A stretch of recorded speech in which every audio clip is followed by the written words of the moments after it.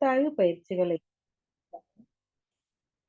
இத்தகைய சிறப்பான மனவளக்கலை என்னும் வாழ்க்கை கல்வியை உலக சமுதாய சேவா சங்கம் ஸ்கை யோகா இணைய வழியே 12 நாட்கள் அடிப்படை பயிற்சியாகவும் அதனைத் தொடர்ந்து 4 மாதங்கள் சான்றிதழ் கல்வியாகவும் நம் இல்லம் தேடி அளித்து வருகிறது. இந்த சிறப்பான செய்தியினை நமது உறவுகளிடம் நட்புகளிடம் பகிர்ந்து அனைவரும் உடல் நலத்துடன் ஆரோக்கியமாக அமைதியாக வாழ நம்மால் ஆன சிறு உதவியினை செய்வோம். மகரிஷியின் கனவாம் உலக அமைதிக்கு நம்மால் இயன்ற சிறு தொண்டினை செய்து குருவின் கனவினை நனவாக்குவோம். மேலும் விவரங்களுக்கு குண்டலினி யோகா .edu.in இணையதளத்திற்கு செல்லவும். வாழ்க வளமுடன். தவத்தினை தொடர்ந்து நல்லோரை பின்பற்று என்ற தலைப்பில் சிந்தனை விருந்து வழங்க பேராசிரியர் அருள்நிதி சத்யபிரியா பொய்யாமொழி அம்மா அவர்களை அன்புடன் அழைத்து அமர்கிறோம். வாழ்க வளமுடன் அம்மா. வாழ்க வளமுடன் அம்மா. இன்று சிறப்பாக சாந்தி தவம் எடுத்து தந்த ரோஜா பாபு அம்மா அவர்களை வாழ்த்தி மகிழ்வோம். வாழ்க வளமுடன் அம்மா. இன்றைய தலைப்பு நல்லோரை பின்பற்று. யார் நல்லோர் என்று நாம் முதலில் தெளிந்து கொள்ள வேண்டும். ஏன் நாம் அவர்களை பின்பற்ற வேண்டும்? அந்த நல்லோர்களிடம் உள்ள பண்புகள், உயர்ந்த பண்புகள், நற்பழக்கம், நல்ல செயல்கள், அவர்களின் இயல்பு பற்றி குருபிரான் அருட்தந்தை வேதாத்ரி மகரிஷி அவர்கள் தனது கவிகளில் என்ன சொல்லியிருக்கிறாங்க என்பதை பற்றியும் அவர்களை நாம் பின்பற்றுவது பற்றியும் இந்த சிந்தனை உரையில் நாம் அறிந்து கொள்வோம். வாழ்க வளமுடன். நில உலகில் மனித குலம் தோன்றி சுமார் 65 ஆண்டுகள் ஆகியுள்ளதாக வரலாற்று ஆராய்ச்சியாளர்கள்லாம் கூறியிருக்கிறாங்க. மனிதன் விலங்கின வித்து தொடராக பரிணமித்துள்ளதால உருவத்தில் மனிதராக நாம் இருந்தாலும் கருமையத்தில் விலங்கு நிலை பழக்க பதிவுகள் அடக்கம் பெற்றுதான் இருக்குது. உணர்ச்சி வயப்பட்ட நிலையில் மிருக பண்புகள் எல்லாம் நம்மிடம் சில சமயங்கள்ல வெளிப்பட்டு கொண்டே இருக்கிறது. இதைதான் பாம்பு போல சிரிக்கிறாங்க, சத்தமாக பேசும்போது நாய் போல குறைக்கிறாங்க, பூனை போல் பதுங்குகிறார்கள், ஆமை போல் நகருகிறார்கள் என்றெல்லாம் நம்ம நடைமுறையில சமுதாயத்தில் பேசி கேள்விப்பட்டு இருக்கோம். ஆனால் மனிதனின் சிறப்பு இயல்பே சிந்தனை ஆற்றல் என்ற அந்த 6வது அறிவுதான். அருட்தந்தை அவர்கள் சொல்றாங்க, மனிதனின் சிறப்பே அனுமானம் என்ற 6வது அறிவு. முன் அனுபவம், தற்போதைய சூழ்நிலை இவற்றை கணித்து எதிர்கால விளைவுகளை அனுமானித்து செயல்படக்கூடியவன் மனிதன் மட்டுமே.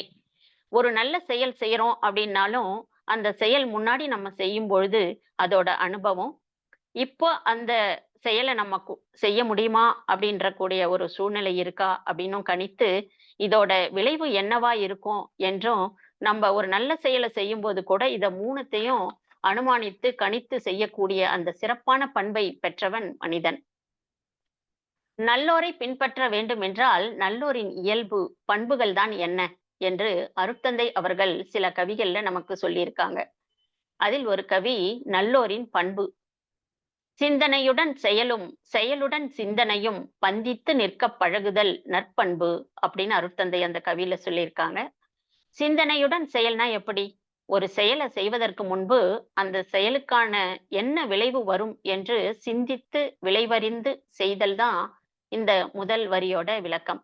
அடுத்ததாக செயலுடன் சிந்தனை, விழிப்போடு நாம் செயல்பட வேண்டும். அதாவது விழிப்புணர்வோடு ஒவ்வொரு செயலிலும் நாம் அதை துவங்கும் போதும் சரி முடிக்கும் போதும் செய்ய வேண்டும்னு அருட்தந்தை வலியுறுத்துறாங்க. செயலிலே ஒழுங்காக தெய்வ ஒழுங்கமைப்பிற்க பயனென்ன பின் பரமனை வேண்டுவதற்கு என்றும், எந்த செயல் செய்தாலும் அதில் ஒரு தெய்வ ஒழுங்கு இருக்கு. செயலை செஞ்சு விட்டுட்டு அதற்கு விளைவு நமக்கு சாதகமாக அமைய வேண்டும் அப்படின்னு நினைக்கிறது சரியா? அதனால செயலுடன் சிந்தனையும் சிந்தனையுடன் செயலும் பந்தித்து நிற்க பழகுதல் தான் இந்த உயர்ந்த பண்பாக அருட்தந்தை சொல்றாங்க. அப்படி இருந்தா உடல், உயிர், மனம் ஆகிய 3ம் லயமாகிய நிலையில வாழ்க்கையில தடமாற்றம் இல்லாம வாழ்ந்து நாம் மற்றவர்களுக்கும் வழிகாட்ட முடியும் அப்படின்னு இந்த நல்லோருக்கான பண்பில் சொல்றாங்க. இதற்கான ஒரு நிகழ்வை நம்ம பார்ப்போம். இப்போ ஒரு பள்ளி நிர்வாக விழாவிற்கு அ ஒரு தொழில் அதிபர வந்து சிறப்பு விருந்தினராக அழைத்திருக்காங்க.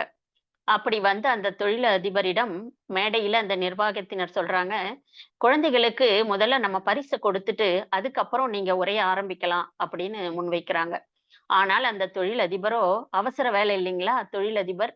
நிறைய தொழில்கள் செய்யறாரு. அதுல ஒரே அவசரம். அடுத்த இதுக்கு போகணும்ன்ற இந்த உணர்ச்சி வயப்பட்ட நிலையில, எனக்கு அவசரமான வேலைலாம் இருக்கு. பரிசு பிறகு தரலாம். அ அப்படின்னு சொல்லிட்டு, சட்டுன்னு போயிட்டு மைக்க பிடிச்சு பேச ஆரம்பிச்சுடுறாரு. 10 நிமிடம் ஆகுது பேச்சு. 20, 30 அப்படின்னு 1 மணி நேரம் முழுமையா பேசி முடிச்சுட்டாரு.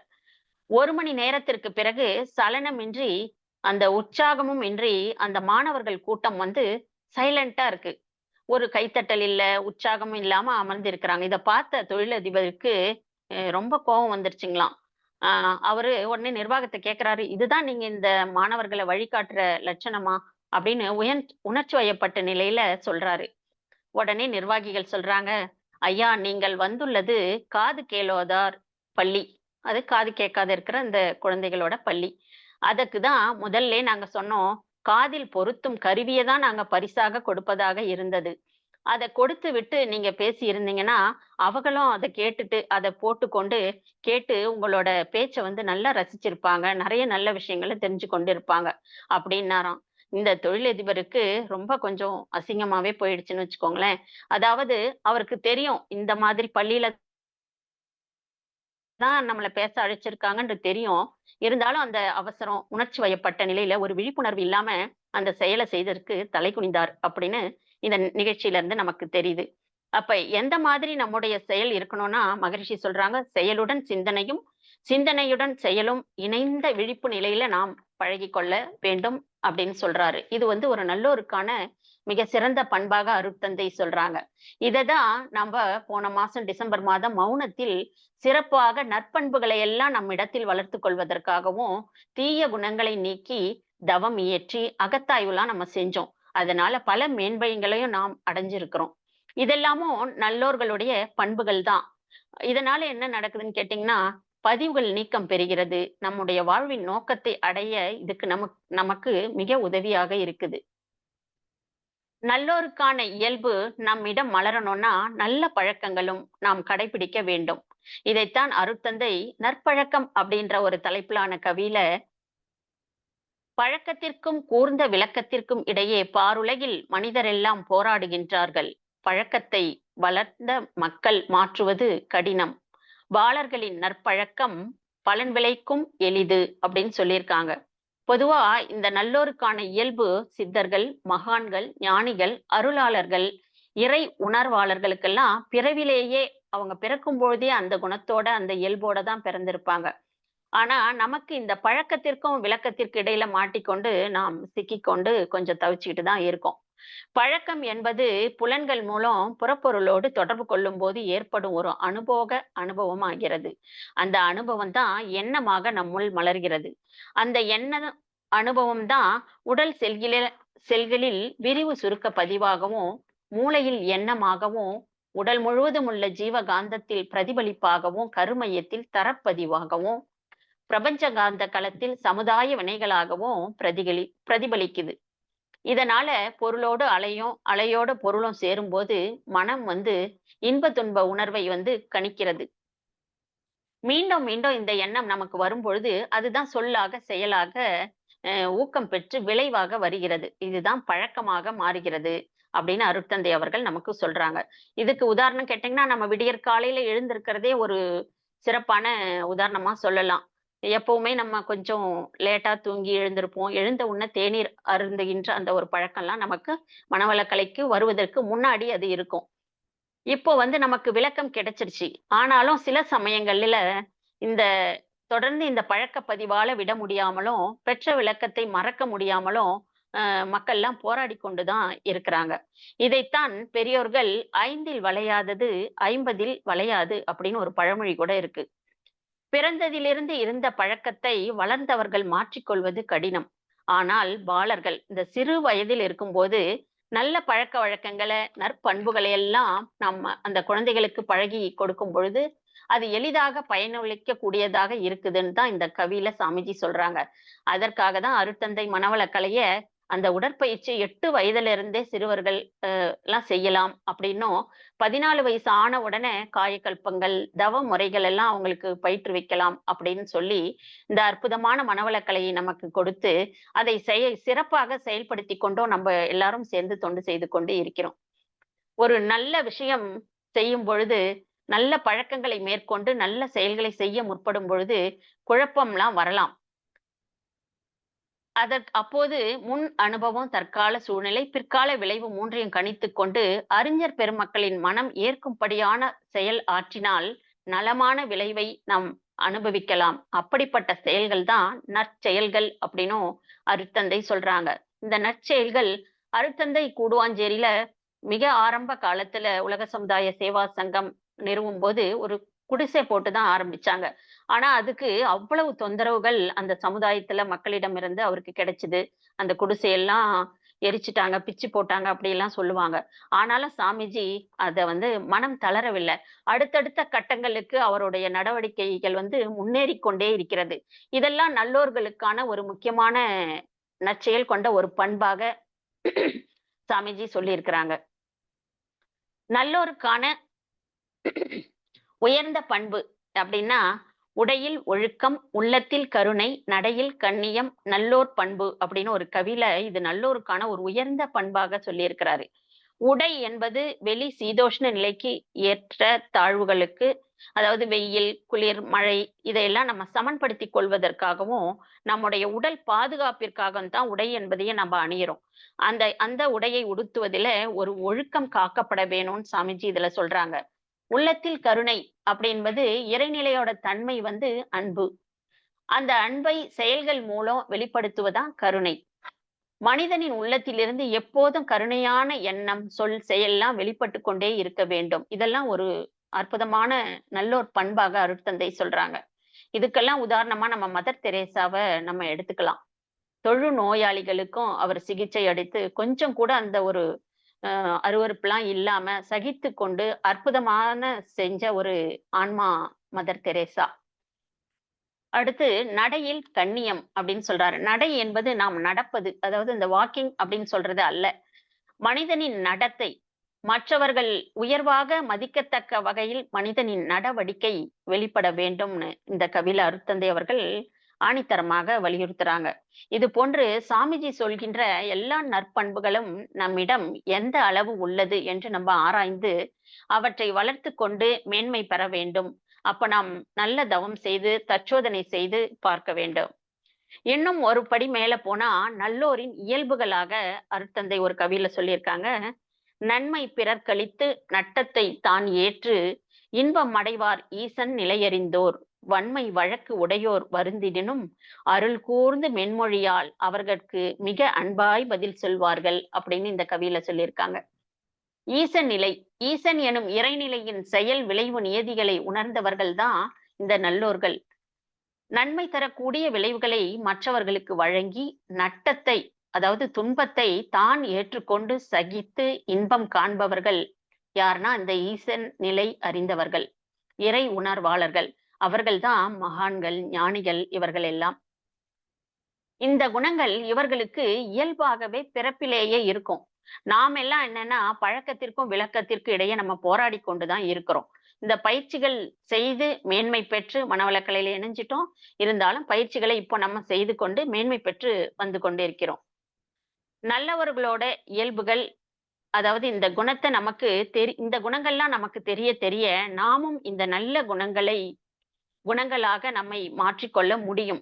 அதாவது நீ எதை நினைக்கின்றாயோ நாம் அதுவாகவே மாறுகின்றோம் என்று சொல்வது போல நாமாகவே மாற வேண்டும். எப்படி மாற வேண்டும்? அதற்கேற்றாற் போல் நம்முடைய அறிவு நிலையை உயர்த்தி கொள்ள வேண்டும். அதுதான் ஔவைத்தாய் மூதுரையில சொல்றாங்க, நல்லோரை காண்பதும் நன்றே, நலமிக்க நல்லோர் சொல் கேட்பதுவும் நன்றே, நல்லோர் குணங்கள் உரைப்பதுவும் நன்றே, அவரோடு இணங்கி இருப்பதுவும் நன்றே. இந்த இந்த பாடலுக்கான விளக்கம் நல்லவர்களை காண்பதும் நமக்கு நன்மை பயக்கும். அவர் சொல்லை கேட்பதும், அவர்கள் குணங்களை மற்றவரிடத்தில் நாம் அப்படி பகிர்ந்து கொள்வதும் அவர்களோடு சேர்ந்து இருப்பதும் நல்லதுதான். ஒரு நல்ல குணம். இவை அனைத்தும் நம்முடைய குருபிரான் அருட்தந்தை வேதாத்ரி மகரிஷியிடம் மிகச் சரியாக பொருந்தக்கூடியதாக இருக்கும். இந்த தலைப்புக்கு ஏற்றவரும் நம்ம எடுத்துக்கிறது அருட்தந்தையை தான். நல்லோரை பின்பற்று என்று. நம்முடைய குணங்கள், தன்மைகளை நாம் உயர்த்திக் கொள்ள, சாமிஜி கிட்ட உள்ள நெறைய இயல்பான, அற்புதமான நல்ல குணங்கள நல்லோருக்கான அம்சங்களாக நாம் எடுத்துக்கொள்ளலாம். எடுத்துக்கொண்டு எப்படி உயர்த்திக் கொள்வது? சில இயல்புகள் நல்லோருக்கான அம்சமாக இருக்குது. மகான்களுக்கு கவிகளாக வருகிறது, பாடல்களாக வருகிறதுன்னா, அவர்களின் வாழ்க்கை அனுபவங்கள் தான் அது மாரி பாடல்களாகவும், கவிகளாகவும் வருகிறது. ஆசான் அருட்தந்தை அவர்கள் மிக ஏழ்மையான குடும்பத்தில் பிறந்திருந்தாலும், எனக்கு ஏன் தனக்கு வறுமை என்ற கேள்வி எழுந்த பிறகு, அவர் எந்த செயல் செய்தாலும் ஒவ்வொரு நிமிடமும் இது ஏன் இப்படி நடக்குது? இதற்கு ஏன் இந்த விளைவு? என்று தன்னைத்தானே கேள்விகள் கேட்டு கேட்டு அகத்தாய்வு செய்து கொண்டே இருப்பார் அருட்தந்தை அவர்கள். அதற்கேற்றாற்போல் வாழ்க்கையில் படிப்படியாக தன்னிடம் மாற்றம் பெற்று பெற்று உயர்ந்து கொண்டே வந்தார். வறுமையிலிருந்து விடுபடணும்னா பல தொழில்கள் அருட்தந்தை செஞ்சாங்க. அதுக்கப்புறம் திருமணம் செய்து கொண்டார்கள். நெசவு தொழில்ல ஈடுபட்டு மிக உயர்ந்த நிலைக்கு பொருளாதாரத்திலும் வந்தார்கள். குடும்பத்திலும் பொருளாதாரத்திலும் உயர்ந்து பராமரித்துக் கொண்டோ வந்தாங்க. அதோடு கூடுவாஞ்சேரியில அவருக்கு வந்த வருமானத்துல அங்குள்ள மக்களும் பயன்பெறும் வகையில உதவி செய்து கொண்டும் தான் இருந்தாங்க. அப்படி வரும்பொழுது ஒரு முறை பிசினஸ்ல அவருக்கு நஷ்டம் ஏற்பட்டது. சாதாரணமாக தொழில் நஷ்டம் ஏற்பட்டால் அந்த நிர்வாகம் தொழிலாளர்கள வேலையிலிருந்து நீக்கி அனுப்பிவிடும். ஆனால் சாமிஜி அப்படி செய்யல. உயர்ந்த நல்லோர் இயல்பை பெற்றுள்ள அருட்தந்தை அவர்கள் தொழிலாளர்களை கூப்பிட்டு, "தொழில் நஷ்டத்துல போயிட்டு இருக்கு. அதுக்காக உடனே நீங்கள் வேலையை விட்டு போக வேண்டாம். நீங்க வேலைக்கு முயற்சி செய்துகிட்டே இருங்க. வேலை கிடைக்கும் வரையில நான் உங்களுக்கு பொருளாதார உதவி செய்து கொண்டு வரேன்." அப்படின்னு சொல்லிட்டு, "உங்கள் குடும்பத்த பராமரிக்க தேவையானவற்றெல்லாம் என்னால் முடிந்த வரைக்கும் நான் செய்யறேன்." அப்படின்னு நம்பிக்கை ஊட்டுறாரு அந்த அந்த சூழ்நிலையிலும். ஏன்னா, இந்த தொழிலில் வந்த லாபத்திற்கு முக்கிய காரணம் தொழிலாளர்களான நீங்கள் தான் அப்படின்னு அருட்தந்தை அவர்கிட்ட சொல்றாரு. நாள் செல்ல செல்ல பணம் எல்லாம் கைவிட்டு போனது. நிலங்கள் எல்லாம் விற்று சரி செய்து கொண்டே இருந்தார் அருட்தந்தை. கடைசியாக எல்லோருக்கும் பண உதவி செய்துவிட்டு தன்னளவில் ஒன்றுமே இல்லாமல் நின்றார். அப்போது அன்னை லோகாம்பாள், அன்னை லட்சுமி அம்மாவும் இருந்தாங்க. நிலங்கள் கோர்ட்டுக்கு ஜப்திக்கு வந்தது. நீதிமன்றத்துல அருட்தந்தையை பார்த்த அந்த நீதிபதிக்கே ரொம்ப கஷ்டமா இருந்ததாம். இவ்வளவு நல்லவரு, இப்படி கஷ்டப்படுறாரே அப்படின்னு வருத்தப்பட்டாராம். அதுக்கு அருட்தந்தை அவரிடம், "நீங்கள் எதுவும் கஷ்டப்பட வேண்டாம் ஐயா.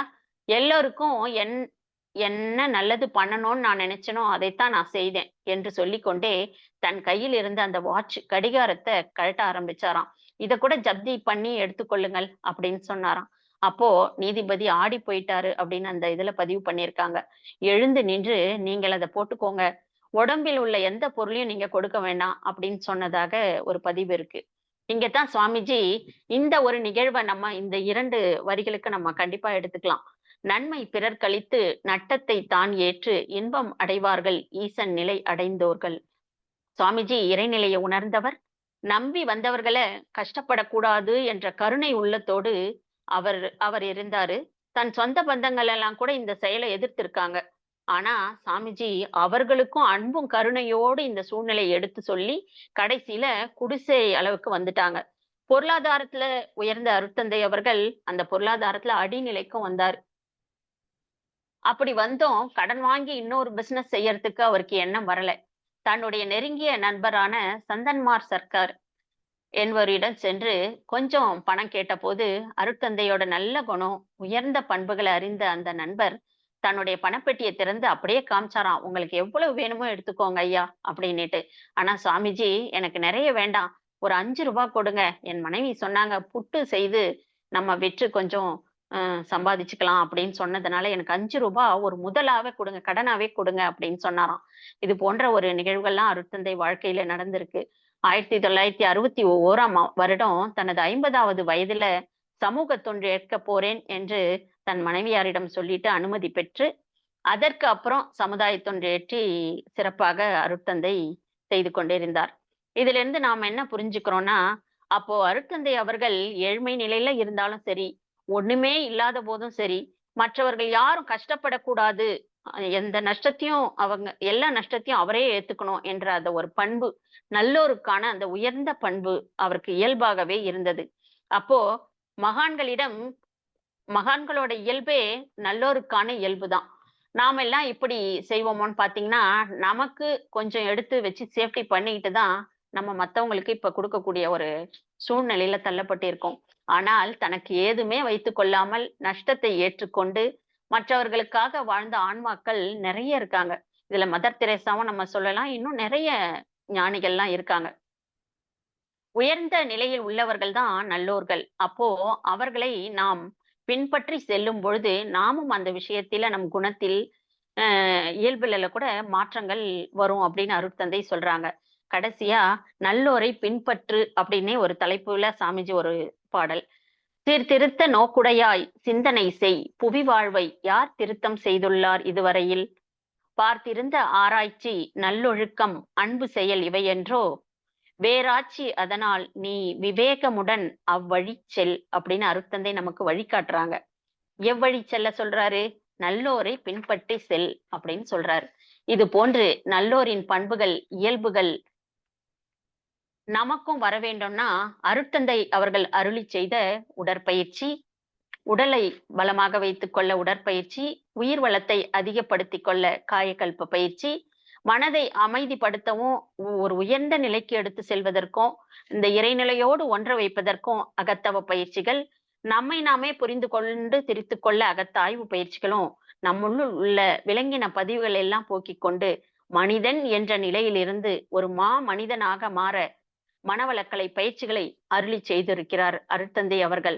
அப்போ நம்ம எல்லாருமே சரியான பாதையில தான் பயணித்துக் கொண்டிருக்கிறோம் என்ற நிறைவோடு, அருட்தந்தை அவர்கள் போன்ற நல்லோர்களை நாம் பின்பற்றி வாழ வாய்ப்பளித்த இந்த இறைநிலைக்கு நாம் ஒவ்வொரு நிமிடமும் நன்றி செலுத்த கடமைப்பட்டிருக்கிறோம் என்று கூறி, இந்த சிந்தனை உரையை நிறைவு செய்து கொண்டு, இறையருளுக்கும், குரு அருளுக்கும் நன்றிகளை கூறிக்கொண்டு நிறைவு செய்கிறேன்.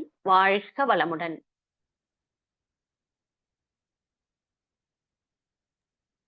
வாழ்க வளமுடன் அம்மா. ரொம்ப வாழ்க சிறப்பா வளமுடன். இருந்தது. ரொம்ப ரொம்ப சிறப்பா இருந்ததம்மா. நல்லோரை பின்பற்று. மகான்களுடைய அவருடைய கவி விளக்கம், ஞான கவி விளக்கத்துலருந்து ரொம்ப அழகா எடுத்து சொன்னீங்க. அதேபோல சுவாமிஜியோட கஷ்டத்த எல்லாருடைய தொழில் பத்தியிலும் அழகா எடுத்து சொன்னீங்க. அதேபோல ஸ்கூல்ல ரொம்ப அழகா அந்த தொழிலதிபர் சொன்ன ஒரு விஷயத்த, அவரு உணர்ச்சி வயத்துல எப்படியெல்லாம் நடந்துக்கிறாருன்றதையும் ரொம்ப அழகா எடுத்து சொன்னீங்கம்மா. இனி உணர்ச்சி வயப்படாம எல்லாருமே வந்து நாம கரெக்ட்டா இருக்கணுன்றத ரொம்ப அழகா தெளிவா எடுத்து சொன்னீங்கம்மா. எண்ணத்த பத்தியும், அதே மாரி நம்ம பழக்கம் வழக்கத்துல தாம்மா நம்ம போராடிக்கிட்டு இருக்கோம். அந்த பழக்கம் வழக்கத்துலருந்து இப்போ விளக்கத்துக்கு நம்ம வந்திருக்கோம். வழக்கமாக பண்ணிட்டு இருந்தோம். இப்ப விளக்கத்துக்கு வந்திருக்கோம். அதுக்கு தான் நாம இப்போ நல்லோரை பின்பற்றிட்டு இருக்கோம். அதான் சுவாமிஜியோட நல்லோரை பின்பற்றிட்டு இருக்கோம்மா. அதுவே பெரிய பெரிய ஒரு நல்ல விஷயம்மா. ரொம்ப அழகா இருந்ததுங்கம்மா. சிறப்பா இருந்ததுங்கம்மா. வாழ்க வளமுடன். வாழ்க வளமுடன்மா. ஆமா, அவர்களை நம் அனைவரும் துரிய நிலையில் நின்று வாழ்த்துவோம். பேராசிரியர் அருள்நிதி சத்யபிரியா பொய்யாமொழி அம்மா அவர்கள், அவர்கள் அன்பு குடும்பம் வாழ்க வளமுடன். அருட்பேராற்றல் கருணையினால் உடல் நலம், நீளாயுள், நிறை செல்வம், உயர் புகழ், மெய்ஞானம் ஓங்கி வாழ்க வளமுடன். வாழ்க வளமுடன் அம்மா. ஸ்கை ஆன்லைன் மெடிடேஷன் தினசரி நிகழ்வுகள் பற்றிய அறிவிப்புகள் மாலை 5க்கு மகரிஷியின் பாடல்கள், மாலை 5:30 தவம்,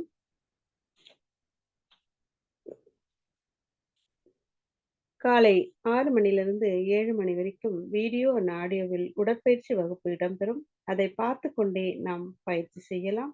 மாலை 6 மகரிஷியின் பாடல்கள், மாலை 6:25க்கு மாலை காயகல்பம், மாலை 6:30க்கு தவம், மாலை 7 மணிக்கு சிந்தனை, மாலை 7:30க்கு உலக நல வாழ்த்துடன் நிறைவு. பிரதி சனி மாலை தவத்தினை தொடர்ந்து 7 மணி முதல் 7:30 மணி வரை ஐயம் தெளிதல் நிகழ்வு நடைபெறும். பிரதி ஞாயிறு மாலை 7 மணி முதல் 7:30 மணி வரை சிறப்பு சிந்தனை நடைபெறும். உலக நல வாழ்த்தோடு நிறைவு செய்து கொள்வோம். உலகமெல்லாம் பருவமழை ஒத்தபடி பெய்யட்டும். உழவரெல்லாம் தானியத்தை ஒப்புடனே பெருக்கட்டும். பல தொழில்கள் புரிகின்ற பாட்டாளி உயரட்டும். பகுத்துணர்வில் தொகுத்துணர்வு பண்பாட்டை உயர்த்தட்டும். கலகங்கள் போட்டிப்பகை கடந்தாட்சி நடக்கட்டும். கல்லாமை கடன் வறுமை களங்கங்கள் மறையட்டும். நல வாழ்வை அளிக்கும் மெய்ஞான ஒளி வீசட்டும். நம் கடமை அறவாழ்வின் நாட்டத்தே சிறக்கட்டும். நம் கடமை அறவாழ்வின் நாட்டத்தே சிறக்கட்டும். நம் கடமை அறவாழ்வின் நாட்டத்தே சிறக்கட்டும். வாழ்க வையகம், வாழ்க வையகம், வாழ்க வளமுடன். மனமகிழ்வோடு இன்றைய நிகழ்வினை நிறைவு செய்து கொள்வோம். வாழ்க வளமுடன்.